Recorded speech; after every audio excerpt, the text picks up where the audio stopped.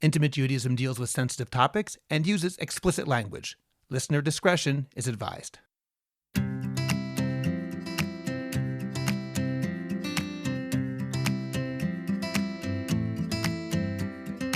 Welcome to Intimate Judaism. I'm Rabbi Scott Kahn. And I'm Tali Rosenbaum, and I'm really excited about the episode today. We are going to be talking about when the requirements of halacha or the expectations of halacha may possibly intersect with a woman's need for feeling in control of her body, feeling in control of knowing how her body works, or her bodily autonomy. One of our guests today, Malka Chana Amichai, who has an Instagram account called The Bohemian Balabusta, wrote a post that says the following in part.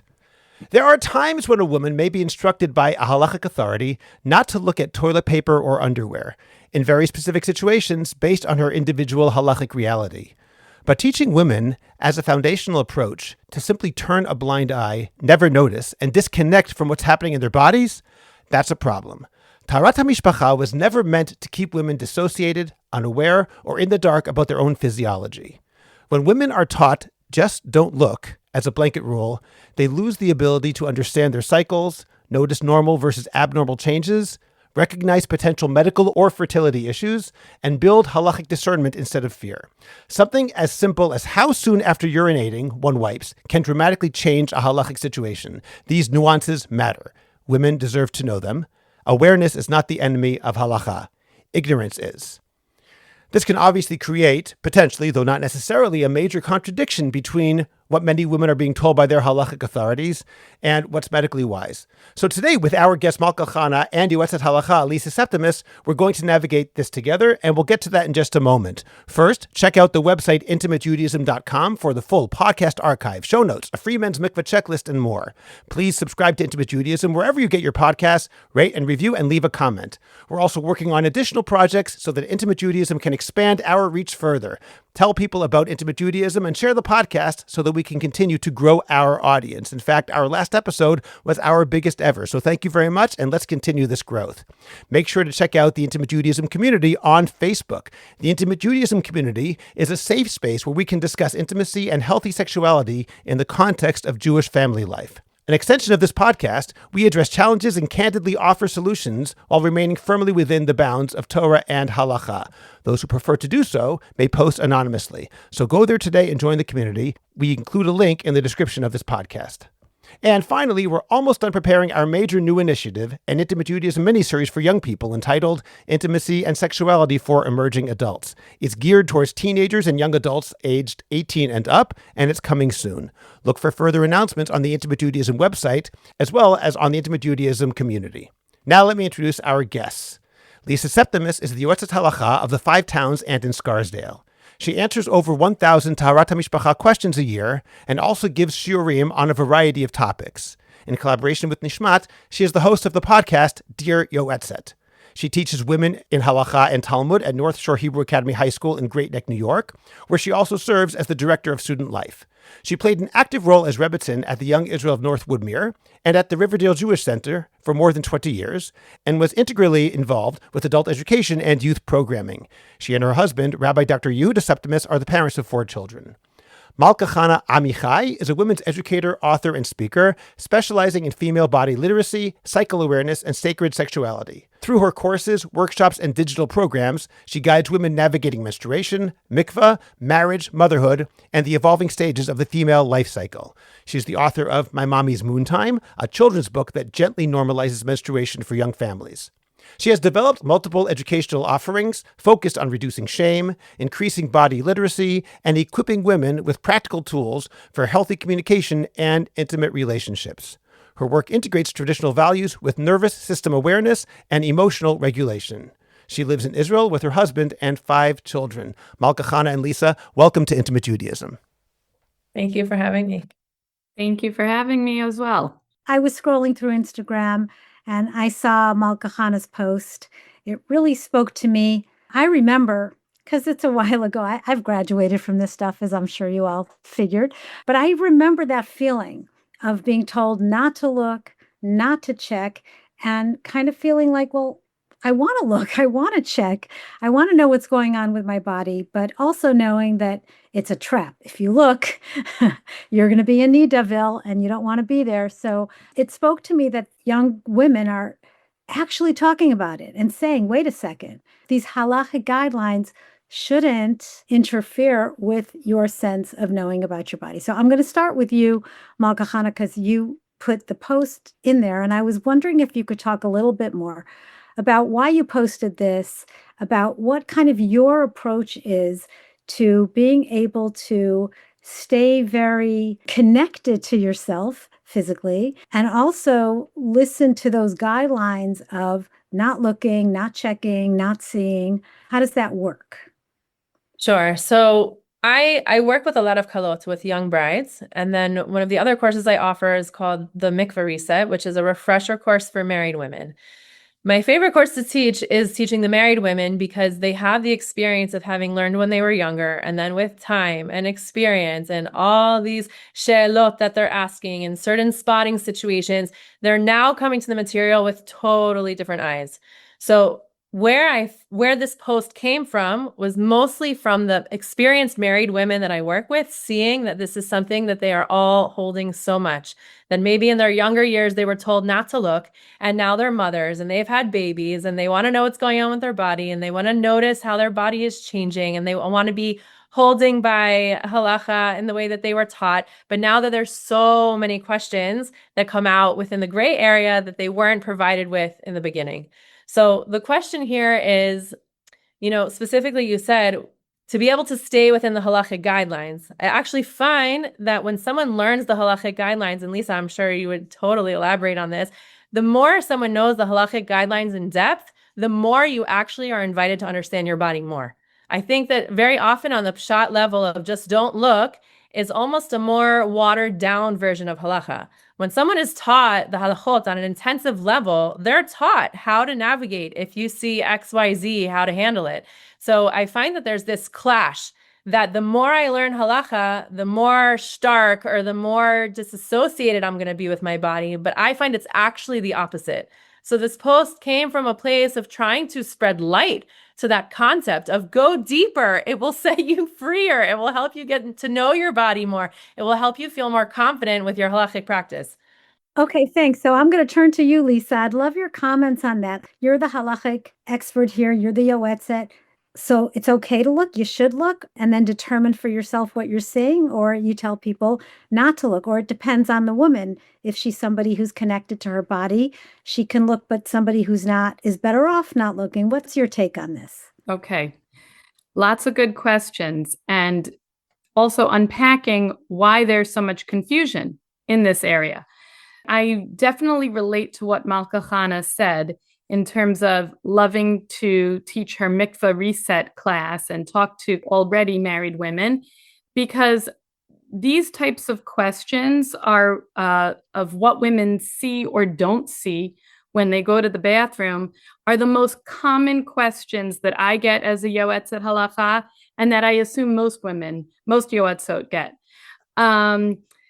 Women are always calling and beginning the conversation with, I know I'm not supposed to look, but XYZ happened, which, as you mentioned, there isn't really a contradiction here. In fact, what's kind of funny about this is niddah in general. One of the complaints that women sometimes have towards niddah is it forces you to be so hyper aware of what's going on in your body. During the Shiva Nekiyim, you have to check and examine and scrutinize, and that can be a lot for women to take in and to manage. So I think that the advice not to look that many Kala teachers and many rabbis gave to women for so long was less of a halachic requirement and more in the place of trying to alleviate for women a certain anxiety. But I think what we'll do, hopefully in this conversation, is re-examine whether that actually is helpful to women or not. in terms of the halachic issues, I mentioned it's confusing. There are three real halachic issues that can kind of come into play with women going to the bathroom. One is dam b'mei raglayim, which means seeing blood when you are urinating. Issues of hargasha or chashash hargasha, and issues of ketamim.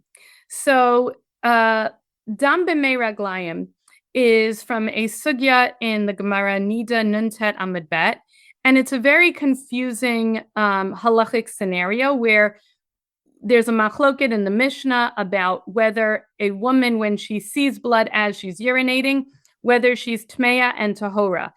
And there are issues of whether she was sitting or standing. Did she see it in the toilet, on the outside?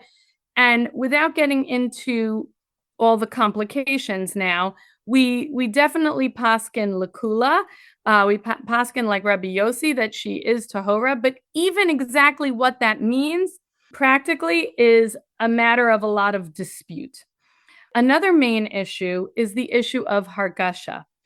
In the Gemara, there's an interesting line of Shmuel in Nun Zayin Amud Bet, Badka karka olam v'yashva aleha umatza aleha dam tahora. Shmuel says that if a woman basically sits down on the ground, she checked it beforehand, there was no blood, suddenly she stands up and there is blood, she's tahora. And the reason given is she didn't feel anything. And we learn from this a big kula, a big leniency of Hilchot Niddah, which is that if a woman doesn't have a hargasha, a certain sensation, then she's not in niddah deoraita. Then she's not in niddah on a biblical level. There is a discussion in the Rishonim. What does this hargasha mean? Does this mean just that I feel I'm getting my period? Because most women do feel when they're getting their period. However, there are three ways that it's defined, three main ways in the Rishonim. The Trumat Hadeshen, as in the woman is feeling her uterus open, which most women do not feel their uterus open. The Rambam, which defines the hargasha as a shaking or shuddering of her entire body. Most women, again, do not feel this. And the Noddah b'Yehuda, who describes it as a feeling of liquid flowing, which more women do feel, but even there, the main way that the Noddah b'Yehuda is understood is as flowing from leaving the uterus, which most women do not experience. So what emerges from this is this strange situation where most women today don't have a hargasha. Why does this relate to the bathroom and the scenario we're talking about? Because you do have some sort of physical sensation when you're urinating, and that sensation could potentially mask a hargasha or be some other kind of hargasha. And because of that, blood found either while urinating or immediately after could be considered problematic. And that is why there's a lot of, initially, I think the idea of don't look, don't look, don't look. We don't want you to get into a situation where you will see blood around the time of urination, have a suffix hargasha, have this potential that it's a deoraita issue and put you in niddah. The last issue is even if it's not a hargasha, there is the general issue of ketamim, which is when I see a stain of blood, how do we rule on it? Is it a certain size, amount, etc.? So I'll get into that a little bit more. I just want to take a breather to let others talk about, but generally seeing the blood in the toilet bowl or on the toilet paper is mostly ruled in the category of ketamim. Okay. Thank you, Lisa. That was very comprehensive and very helpful. I want to back up just a minute because before we talk about additional halachic issues with ketamim, I'd like to ask Malka Chana almost a primary question. What are some of the issues that matter to women such that they should care whether they look or not? There are probably some people listening who say, okay, maybe I can look more often than I do. Maybe I shouldn't. But if I don't look, what quote unquote bad things could happen if I don't look. Why does it matter if I look or not from a medical perspective? Sure. So the first thing I want to say is, Lisa, just hearing what you shared, I feel like my heart is exploding with gratitude that these conversations are happening. I feel that the way that you describe the halachot exactly in the three main ways and the bodily tremor, like that is the jargon that women need to know. Because what happens is someone sees a spot, they're staining, they ask a shaila, they call a rav or whoever their posek is, and they're asked, well, did you wipe immediately? And she's like, yeah. Why wouldn't I wipe immediately? And then they're asked, well, did you have a hargasha? And she's like, well, like, I feel like my period's coming and I craved chocolate ice cream yesterday. So like, it's probably my period. So yeah. And her answering yes and yes to both of those questions completely changes her halachic scenario, because this jargon is not discussed in the education that we're getting as women. And that's really the point that we're getting to. So when you're asking Scott about the concept of a hargasha and why would it be important to look, first of all, from my experience, most people look at their toilet paper, men and women. We are curious about our bodies. We are curious what is coming out of our bodies. And quite honestly, I think that curiosity is so important because we should be in tune with what's going on with our bodies, whether, staining could be just a result of getting used to a birth control pill and maybe it's time to try a different birth control pill. It could be a result of other birth control methods like an IUD that maybe aren't sitting well with her, or it just, takes time to run its course for her body to adjust. But other situations, certain types of cancers, or maybe she has hemorrhoids and she thinks it's coming from her vagina. There's so many different things that we could guess about when we look at our toilet paper. Now, looking at our toilet paper doesn't have to come from a place of anxiety, of analyzing. I need to see if there's something wrong with me. But I think it's normal human behavior to be curious about that. So when women are told to not look, I want to believe that it's coming from a place of like, let's just take the pressure off. And I hope that it is, and maybe it is. But I do think at the same time that women are ending up having kind of like halachas given to them in a little bit more of a watered down way, and they're missing this opportunity to really understand their bodies more. So Taharat Mishpacha invites a woman to actually get to know her body when maybe that was really intimidating for her. And now she's kind of been introduced to it. But then she takes one step in and then she's immediately taking a step out because she doesn't understand how to be able to be aware of her body within the halachic structure that Lisa just explained. If we know what a hargasha is, if we know that when we wipe, how long after we peed because of the concept of hargasha and peeing at the same time, how it changes everything, we can allow women to both walk in an embodied experience with their own bodies and embodied halachic experience. So the two really have to be held together so that women can hold this practice in a holistic way and integrate it into their everyday life rather than in a container. Yeah. This is so fascinating to me, and I'm really appreciating this discussion. I'm going to throw something out there, and I'm sorry if I sound like I'm a troublemaker, but we're talking about hargasha. Women who know. Women who know their bodies know. I want to say a couple things. I want to say that telling women that we don't have that connection like we used to kind of perpetuates how we've become as we've become more and more westernized. We've moved away from knowing our bodies. But I also think that knowing our bodies is very individual and very personal. And also, I have to say, this is where I'm going to get in trouble. With all due respect to the Nodeh Yehuda, I don't know how they knew what the hargasha feels like for women. I think only women can describe what it feels like for women. I've not heard the description other than from the rabbis that there's a big tremor. And so it makes maybe women wonder that, well, I don't have that big tremor, so maybe I'm not connected to my body. And I think that we do want to encourage women that, in fact, they are. For you, Malka Chana, you said it. I wanted chocolate ice cream last night. So if you want chocolate ice cream last night, then that's your sign. That's just something I'm throwing out there, that women can learn their own bodies and their own signs so that they can kind of know themselves and also maybe even to some extent decide for themselves what's what. You look like you want to say something. I think we both probably do. Yes. Lisa, who goes first? I mean, I think that there's a whole interesting question about halacha and medical reality and women's experience and reality. But I don't think if we say that most women don't experience a halachic hargasha today, it's saying to women not to be in touch with their bodies. It's possibly that derech psak, the way the psak has developed, and based on the Rishonim and the poskim and whatever was known, whether you say it was experienced or developed over the course of time, and halacha is one way to look at it. That doesn't mean that a woman shouldn't be encouraged and affirmed that she often does know the way her body operates. For example, beyond hargasha and that issue, there's issues of vestot, when women anticipate their periods. One of the possible vestot are a veset haguf, when you have this predictable way that your body anticipates the period coming, that your body will always do X before the period occurs.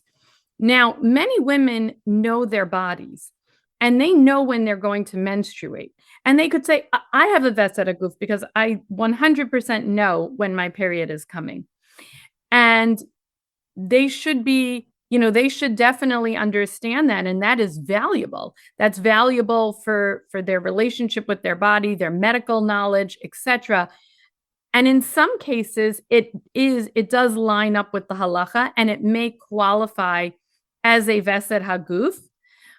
For example, Rav Moshe talks about there are certain women who have a certain type of stain that is not mitame, that is not yet put them in niddah, but this stain occurs always before their period. That is a potential veset haguf. But there are other ones that a woman will get, like she has a certain cramping feeling, but it's always before her period, but it can occur other times for whatever technical reasons. It doesn't qualify as a veset haguf. So I think we do need to separate between, just because something is not halachically regarded a certain way doesn't mean that a woman is being encouraged to disconnect from her body. Okay, I know that you wanted to say something too, Malka, but since you brought up the vestot, and there's, the ona benonit, and there's the veset haflaga, like there's the days from your last period and the day of the month. There's like 3 days, right, from what I remember. If you have that, what you're talking about, the veset haguf, where you know your body and you know when you get your period, you still have to keep those other 3?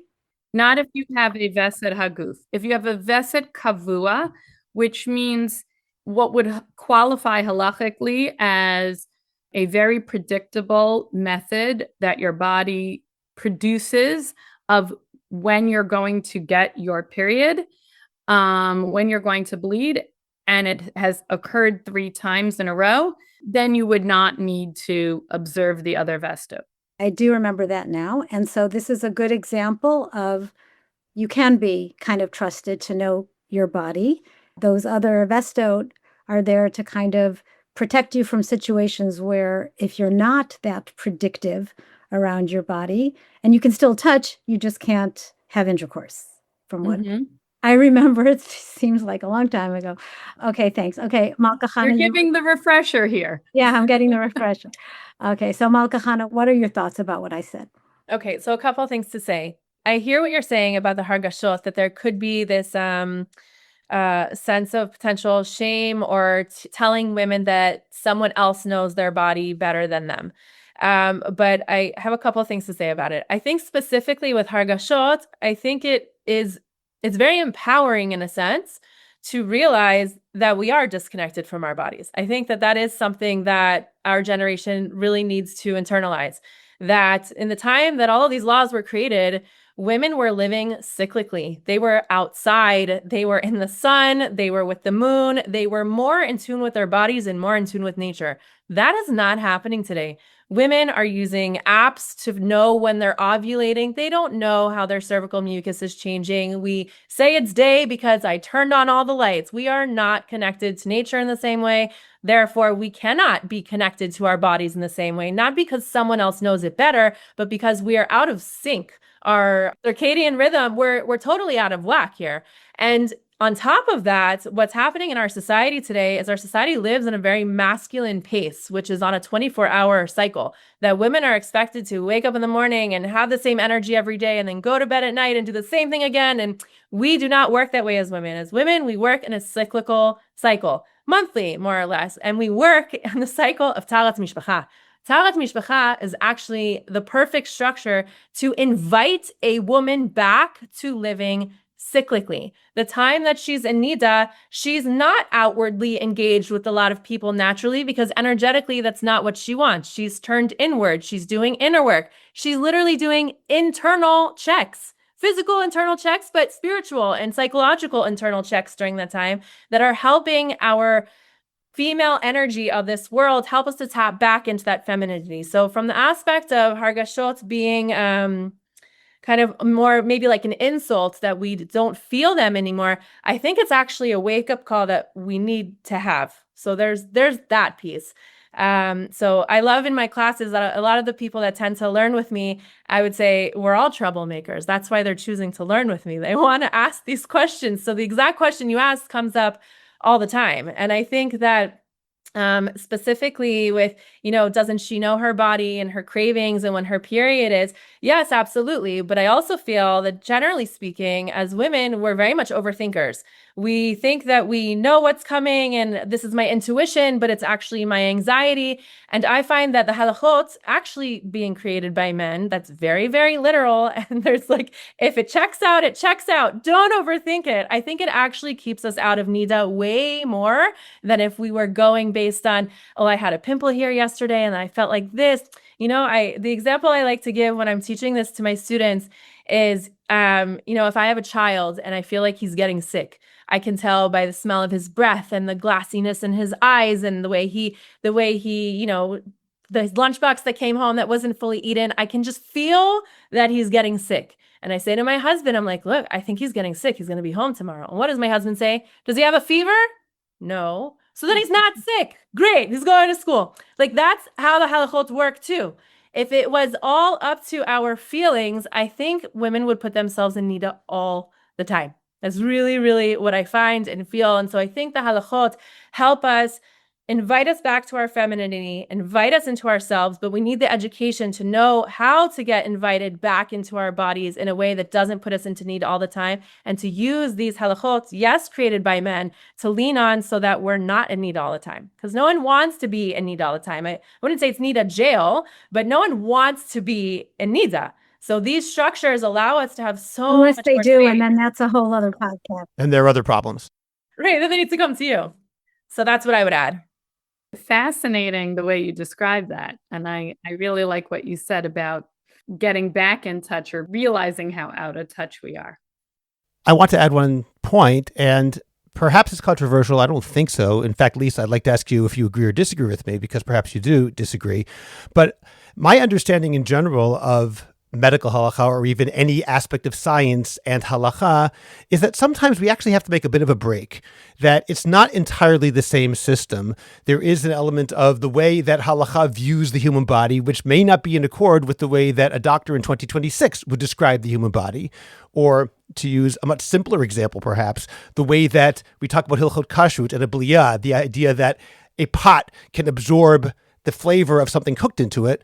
I'm guessing that most chemists would say that's not necessarily true, at least not with the modern pots we have. Maybe Rav Melamed even says that's why today the rules are different, but most people say it doesn't matter, meaning we have a certain system, we're working within a certain set of coordinates, and the fact that scientific knowledge might be different really has very little bearing on the halacha itself, except in unusual situations and unusual circumstances. So the fact that the way that Chazal decide, or the way the Rishonim describe various ideas in Hilchot Niddah, and there are many others as well, let's use the example of the Hargasha and the various opinions of the Rishonim. Okay, maybe it's not in accord with what we might call a Hargasha if we were creating the halacha ourselves. And in my mind, it doesn't really matter. The same way the halacha has a different understanding of time than a physicist. Halacha has a different understanding of the human body than a doctor, and that's not a problem. It's just a different system. And to me, therefore, it's not so much a contradiction as we're working with a different set of coordinates. Do you agree with that, Lisa, or do you have a different perspective? No, I definitely agree with that. I think when it comes to Hargasha, we don't, and a lot of these issues with niddah, we don't exactly know. I think there definitely is something to what Malka Chana was saying by it does seem women in the past were more in tune with their bodies. And also, not just were they outside more and everything that she described, but they also led more predictable lives. So when it came to, let's say, Vestot, and when she was anticipating her period, and let's say being in tune with her monthly cycle, it probably was more predictable. So there definitely is more of a match scientifically and medically to the halacha.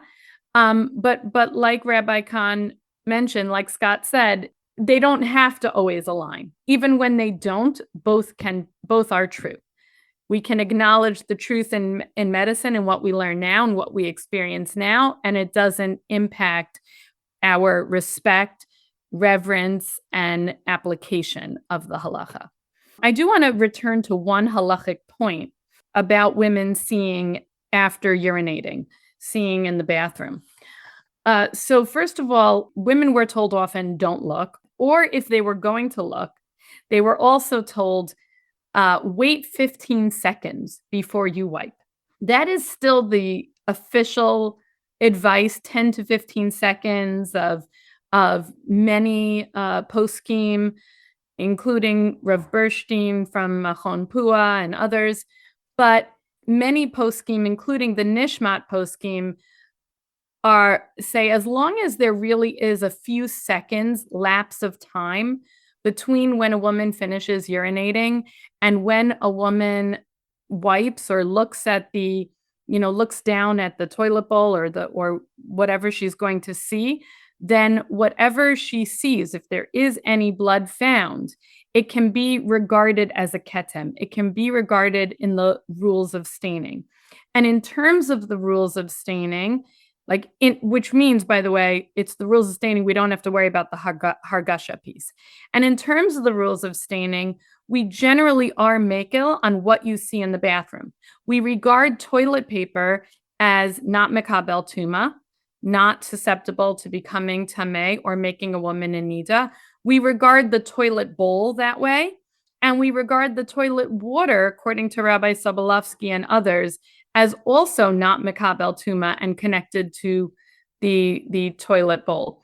So what this means is if a woman does look, she doesn't have to, freak out or be concerned.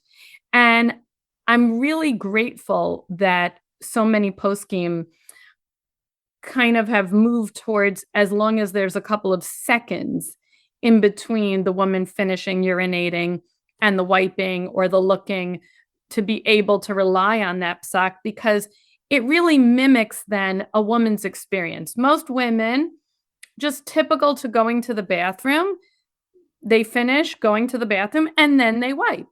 And like Malka Chana said earlier, they don't really think about it. Wait, did I wait? Well, if she has to think, did I wait 10 to 15 seconds, then the woman's going to get concerned. But if it's only a couple of seconds, that's the normal, typical experience of women. And and a woman who doesn't even remember whether she waited or whether she doesn't, we assume she did. And so the psak allows that a woman's regular experience is fine. If a woman just regularly went to the bathroom, didn't give much thought to it, wiped herself and saw something, then she doesn't have to be concerned, because what she saw was sufficient amount of time and is on something that is not mekabel tuma, not susceptible to becoming tameh. So it is a psak that I think reduces the anxiety. So I totally agree with you. And I am also seeing that so many poskim are leaning more towards that. And it's such a pleasure to see. I find that it's really the educational piece. It's the foundational education piece, the first time or the second time that women are exposed to taharat mishpacha, that they don't know this. Once they ask a shaila, then maybe they learn it from the posik. But I find in the educational package that women are receiving, they don't know about this waiting and how it can totally change their halachic situation. So I'm finding that it's such a need to kind of get back to the earlier state of when this information is going into a woman's life, that this has to get in there. And, so that it doesn't create anxiety and that we can turn it into an embodied experience. Usually what I say is I teach this halacha exactly like you said. And then I say, okay, now so that you don't get paranoid and you're looking at your phone or you're counting to 15 or to 30, whatever makes you feel safe, let's talk about it this way. You're a woman who's always multitasking. When you go to the bathroom, just go to the bathroom. Don't be on your phone. Don't already be gathering up your toilet paper while you're peeing because you're so efficient. You want to be ready to wipe. Take a minute, pee, take a deep breath in, take a minute to calm down your nervous system, then gather up your toilet paper, then you wipe. And then it's not becoming a halachic calculation or the stress that there's like a rabbi in the bathroom with you counting how many seconds, like that feeling that women get. You take the halacha, you teach it to them, and then you allow them to absorb it into their life in a normal way that is regulating for their nervous system, so it all comes together in harmony. And that's the missing piece, I think. Okay, I'd like to take it in a slightly different direction and essentially move forward from what you said before, Malka Chana, about how the more one understands halacha, the more empowered they are and the more able they are to actually do more than they think, because it's not just don't look at anything. But that's not always the case. Let me give you an example. For example, if a woman is not in a state of niddah, she's not in the Shiva Nikiyim, she's instructed to wear colored underwear so that in case there is a stain, it will not appear. And colored underwear, if there is a stain, we can ignore it. However, maybe I'm wrong. I don't know poskim who say, no, you should wear white underwear then. It doesn't make sense because then she can potentially go into niddah. None of the issues we talked about until now about time and waiting and wiping are relevant there. And yet, that's maybe on a lesser level, but also a situation where a woman will not know as much about what's going on with her body because of what halacha demands. So how do we approach issues like that one? We can use that one as a specific example where it's not so easy to say the more you know, the easier it is to actually get around it, because there I'm not so sure that it is. Well, I would say it's a combination of coming from both angles. And I think that Lisa could definitely expand upon this, because this actually is going back to the concept of a hargasha. When you don't have a hargasha, there are certain criteria that can allow for an external stain without hargasha to be disregarded, colored surfaces being one of those things. So from that angle, halacha is saying it can be disregarded, that it's not necessarily putting you into niddah. But from a medical perspective or understanding your body, if you're spotting and you aren't expecting to be spotting or it's not normal for you, this is an invitation for you to see what's going on and make sure everything's okay. Not from a place of panic or paranoia, but we can be, again, when we understand the halachot in depth, she knows that she can look at her underwear. She now sees this stain. She knows she's not in niddah on her own, rather than guessing and probably assuming, but it's blood. How could I not be in niddah? I'm going to put myself in niddah.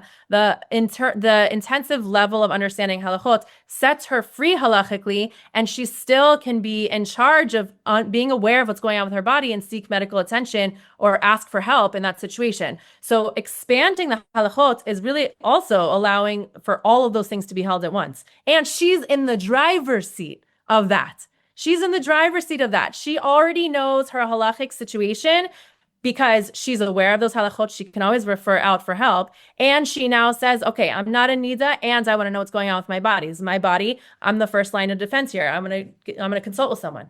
Okay, and before I hand it over to Lisa, the reason that I'm asking it though, and I say this as neither a doctor nor a woman, but having a stain on colored underwear, even though, of course, that's a way of getting around the problem, but it also means you can't necessarily know what the stain looks like. You don't necessarily know the color. So therefore, you have less information. That's the reason I'm asking about that specifically. Again, I might be mistaken in my presumptions. Lisa? So it's interesting.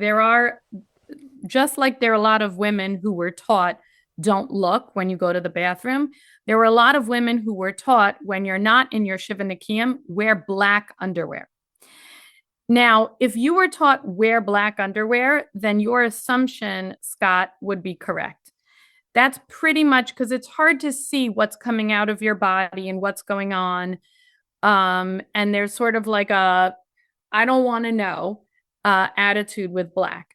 But it's literally kept in the dark. It's put in the dark. Yeah, absolutely. However, that is not halachically necessary. The reason why, after the Gemara says that after the Beit HaMikdash was destroyed, women stopped wearing colors for a time. And the rabbi said you should wear colors so that women won't have issues of ketamim, that so we can be mekel, because we are mekel that any stain on a colored garment is not metzame, a woman, does not make a woman a niddah. So if they were being told wear black, that's not very festive, right? So if this was something that we are sort of removing the mourning of the Beit HaMikdash so women can wear colorful garments and not be metame, then it's clear that that could include blue and yellow and pink, and on certain colors you can see more, and certain colors you can see less. We even go as far as to say that if a woman is wearing something cream colored, which is like not white, but it's also pretty light, or a light gray, the halacha is the same. It still would not be metame her. So the advice to wear colored garments does not have to be in contradiction with her knowing what's going on in her body. There are times, I just want to say, there are times when we do advise a woman not to look. The two times in particular I can think of, a woman or a husband, since another situation of safek hargasha is during intercourse, we often say that a man should become in the habit of cleaning up after intercourse with a colored washcloth or something, some sort of colored towel, because any blood that would be seen on his penis would make the woman in niddah, assuming that there was no other reason for him to be bleeding. Similarly, again, because bleeding during intercourse is a problem with a safek hargasha, we often advise women not to look at a diaphragm. If she's using a diaphragm, she could just rinse it off. But I want to be clear that, first of all, this is advice. It's not a halacha. If a woman doesn't feel comfortable not looking, and if she wants to see, that's her choice. It's just that it might make them in niddah. If that's a risk the couple wants to take, no one is forcing them. There's no halacha, don't look. And the reason that those two pieces of advice don't bother me is because a woman is going to the bathroom much, much more often, obviously, than she's removing a diaphragm. So to be told just after intercourse, don't look at a diaphragm, or a husband clean up with something colored, I don't think is putting either of them at a medical risk or telling them to be, sort of removed from their bodies. But if a woman is discouraged from ever looking at what's going on when she goes to the bathroom, that is much more significant. And I think, more problematic potentially to tell a woman. I do want to ask Tali one question, which is, the one footnote to this I would imagine is every woman is different, and every woman's psychological makeup or anxieties are different. So when a woman asks me, should I look when I go to the bathroom? My usual approach is, what is going to create less anxiety for you? If you're someone who stains a lot and you feel like every time you see something, you're going to feel like you're cheating the system, or it's going to raise all this anxiety for you, and you're comfortable not looking, fine, you don't have to. But if you're someone who is going to feel anxiety from not looking, just the advice not to look creates anxiety, then go ahead. What do you think? That's really the magic answer right there. You're teaching the whole halachic foundational perspective. You're teaching her how to navigate it. And then you're saying, here you go. It's your mitzvah. It's your practice. You decide where you fit within that. And that's what allows following a set of laws created by men to allow a woman to get to get a seat at the table and deciding how she's practicing that. That's what brings it all together. Absolutely. Yeah. I think that we need to acknowledge that the approach to teaching women today has really evolved. Whereas in the past, and I have some Taharat HaMishpacha books right here on my shelf, some of which very clearly state that with every stain you ever see, you must consult a rabbi. that was the way that it was taught a few decades ago. This idea of, the halachot and, you make it work for you, that kind of empowerment, that wasn't always the way. Actually, right now, after having this conversation, I feel so hopeful. And I see it too with my daughters and stuff, the way they're taught. It's just much more in their hands than it used to be. I don't know why that is. Maybe that kind of also goes along with just the level of women learning Torah and learning halacha and learning Gemara, and just, where women are at, the role of women and how they're looked upon in terms of being able to decide, just like you would decide in the kitchen because you learned Hilchot Kashrut. So that's a really good thing. And as to the question about anxiety, I'm sure that both of you, as is anybody who works in the field of teaching about Taharat HaMishpacha, you know that anxiety is going to be a huge factor for women. There can be tremendous OCD around any sort of possible bleeding. And I do think that the approach of whatever is going to reduce your anxiety and make you feel more in control. And for some women, it may reduce their anxiety to be less in control and really not to look. And for other women, they need to have the control and to look. So I actually think, Lisa, that your question is very wise. I think you knew the answer when you asked it, because that's what you're doing. And I think that that's great. I have one more just general question because we didn't touch on it. I know we're towards the end and I don't want to open up a whole thing here, but I'm just kind of curious, as you must know, women use hormones in order to feel empowered, in order to either schedule their lives or to avoid periods altogether. Two things. I want to hear you, Malka, Chana, comment on that from your place as a natural girl. And I want to hear from you, Lisa, in terms of, are the halachot different? Is the approach to halacha different? If a woman uses a morena, for example, and she might actually stain around the same time every month, but not be rendered a niddah, would that be different for a woman who isn't using a morena, for example? So one is a halacha question for you. One is a question about hormones for you. Malka, why don't you start? So it's funny that you gave the example you did, because I just had this interaction in my DMs on Instagram yesterday. I was making a post about how Taharat HaMishpacha, I feel, is this fantastic structure that allows us to tap into the different energies throughout our menstrual cycle and can allow us to lean deeper into what flows through us and use the halachic lens to hold it all together. And a woman messaged me and she said, I have never felt more empowered erasing my period with hormonal birth control and not having to be a niddah. And I said to her, I said, I'm so happy you found what works for you. And so I feel like my role as an educator, of course, I have my own biases and I don't bring them into my teaching, but I think anyone that follows my platform has particular assumptions about me, and probably some of them are right. You called me natural girl. I do my best. My kids definitely just ate a ton of chocolate before dinner. We do our best. But I feel it's about women knowing their options, knowing what they're saying yes to, and knowing what they're saying no to, and then making that decision for themselves. That every course I teach, when I'm teaching birth control methods, I teach all of them. All of the hormonal methods, the natural methods, the non-hormonal methods, everything in between. And it's so that they can make an empowered choice. Because often when they go to the doctor, they're, given this, and then that's it. They don't even know what a diaphragm is. They don't know that their cervical mucus changes when they're ovulating and when they're not. They think wetness is connected to arousal. There's so much misinformation, and that is not empowering for women. So when we fill in all of those gaps in education and women have the full picture and then they can choose where they want to be, my biases have nothing to do with that. I want her to know where she fits in the birth control world, where she fits in the halacha world.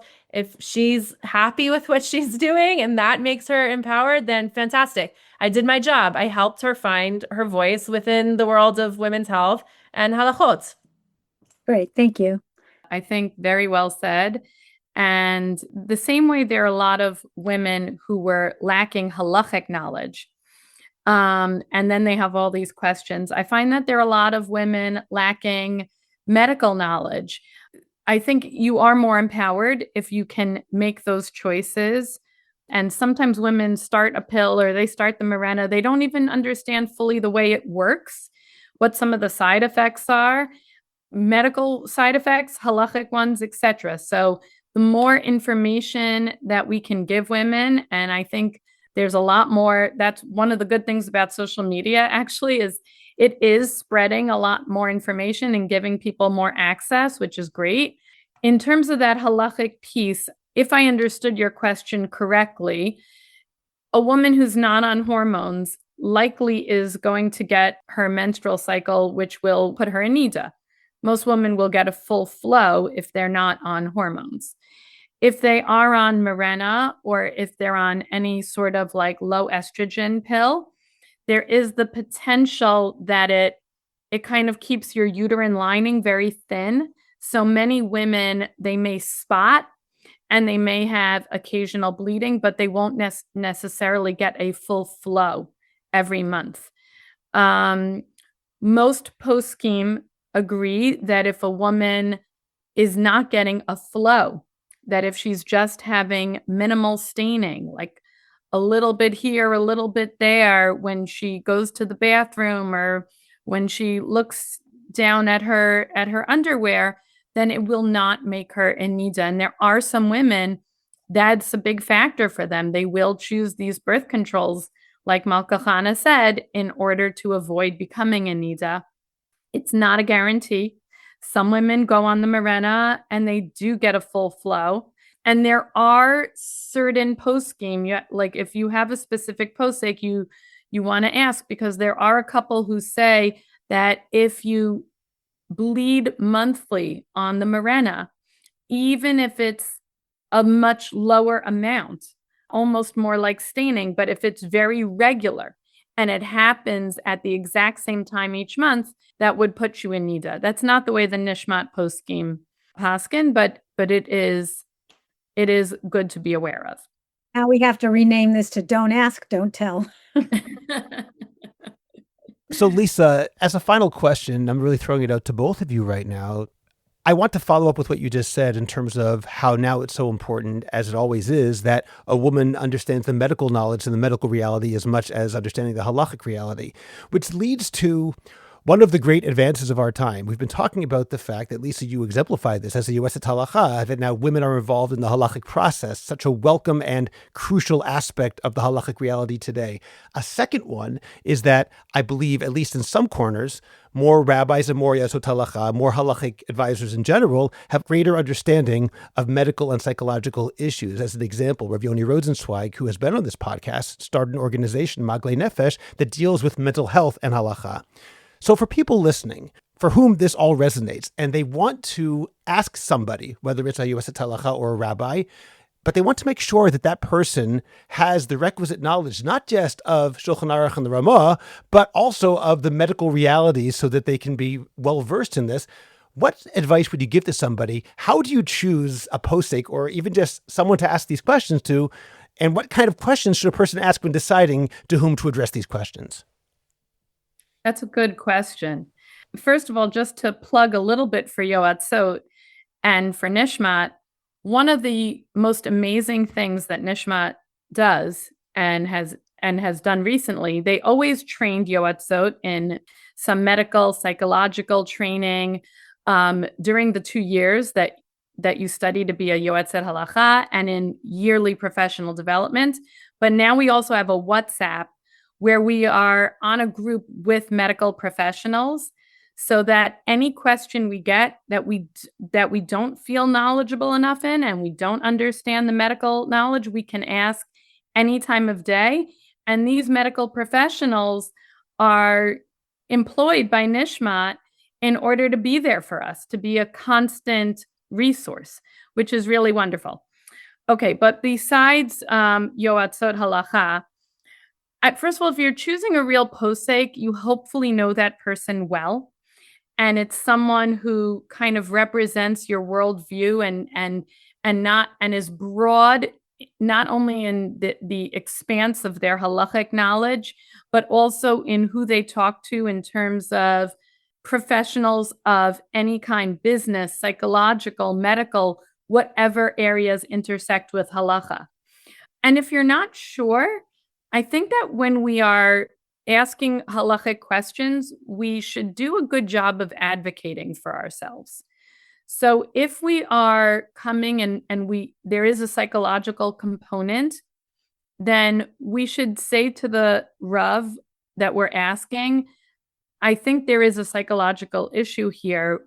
Would you be able to speak to a therapist? Would you be able to speak to a psychiatrist about it when answering the question? It's not easy to always advocate for ourselves, but I think it's important. Okay, thank you. Malka, Chana, any final words on this?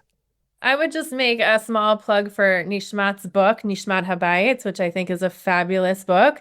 You can't speak to a book, but it's done a lot of this research for you, really bringing in women's reproductive health and halachic responses to female issues. So it's a fantastic resource that I think women should have in their homes. And the self-advocacy is a huge part. Sometimes it takes time to find the right halachic authority to support you. Just because someone is your Rav doesn't mean that they have smicha or in-depth understanding of Taharat HaMishpacha. So I encourage women to ask certain questions to their mentors to find out if they are the right address to be well-versed in halacha, and to have the right questions to ask their medical professionals also, who maybe aren't asking about family history before prescribing birth control. A woman needs to know, unfortunately, what to bring up when she's talking to a Rav or she's talking to her doctor so she can advocate for herself. But again, it's still driving home that message that she is in the driver's seat, which can be a burden and the biggest empowerment a woman can experience. Well, it's been such an honor hosting both of you. So let me thank you on behalf of Tali, Malka, Chana, Amichai, and Lisa Septimus. Thank you for joining us today. Thank you so much. Thank you. Thank you for having us. Remember to subscribe to the podcast, go to intimatejudaism.com, join the Intimate Judaism community on Facebook, and we'll see you next time. Bye.